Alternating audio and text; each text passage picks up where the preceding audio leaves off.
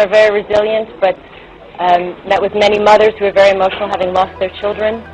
Met with a beautiful, inspiring older couple who spoke so much about how they felt that so much had been washed away in the flood, and they didn't know if they'd ever in their lifetime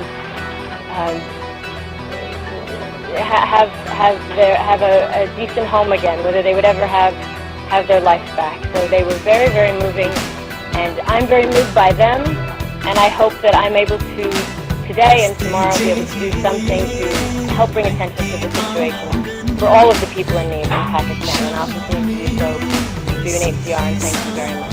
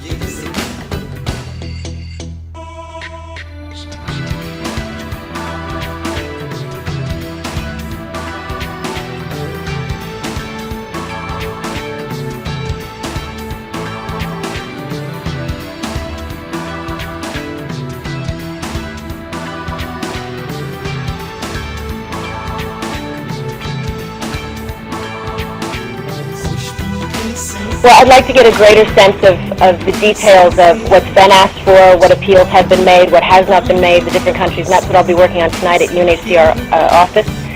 I mean, there's a general statement to ask for people to assist, but I think there's something much bigger going on here, and these kind of conflicts that continue to happen, we see them around the world, and it's how prepared we are, it's how we address them, and it's how when we do address them, we understand that they are not fleeting situations when the headlines go away and the media goes away, that these are very, very long extended situations that need our constant support for a very, very long time.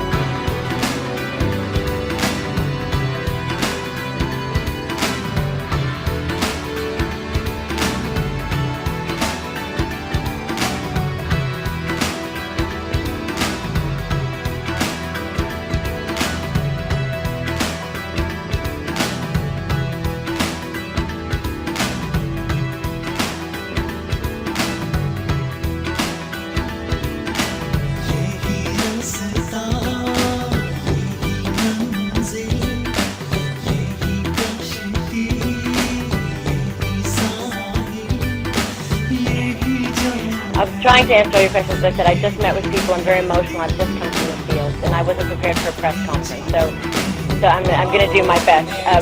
From what I understand, this situation is on a scale that we've not really seen the likes of. It is on such a huge scale. It is an extraordinarily complex situation. It is not just a flood.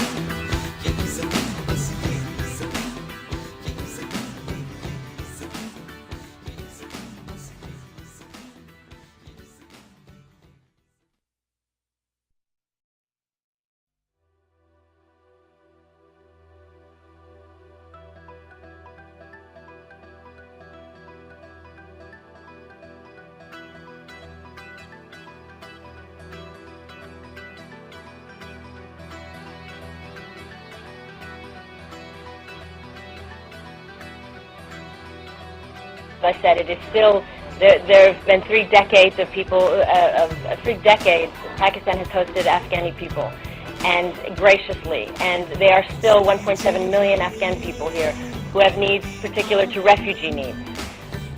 Their needs need to be addressed. There are people displaced by the floods, and they've lost their homes, and the flood water was as high as the ceiling when you see the mark, and I was surprised by that, and their needs need to be addressed. And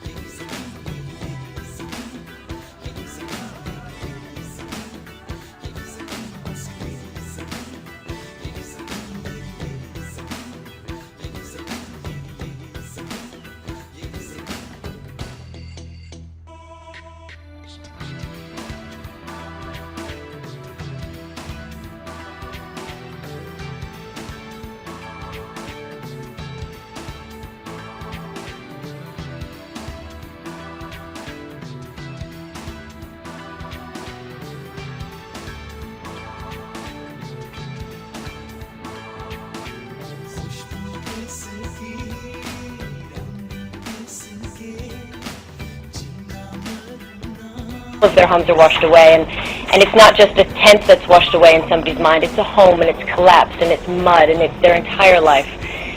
Many of them lost their children during the floods. So there's irreparable damage. And then here we're in a situation where these people are displaced from conflict, from the wars. So there are many different parts to the needs in Pakistan.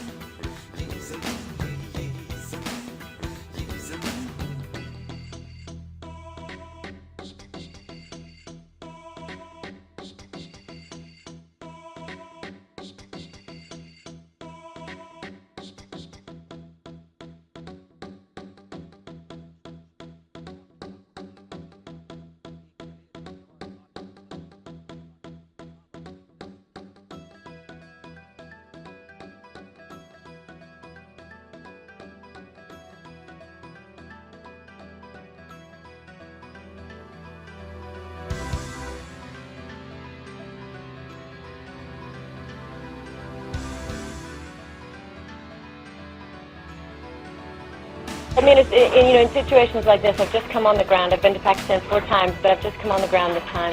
And these are questions I'm asking myself. So I'm going to be asking UNHCR these questions. I'm going to be speaking with the government tomorrow. And I'm going to try to do the best I can to try to get a handle on it and know what is the right thing to ask for on behalf of these people. But I don't know at this time. Thank you very much. Thank you very much.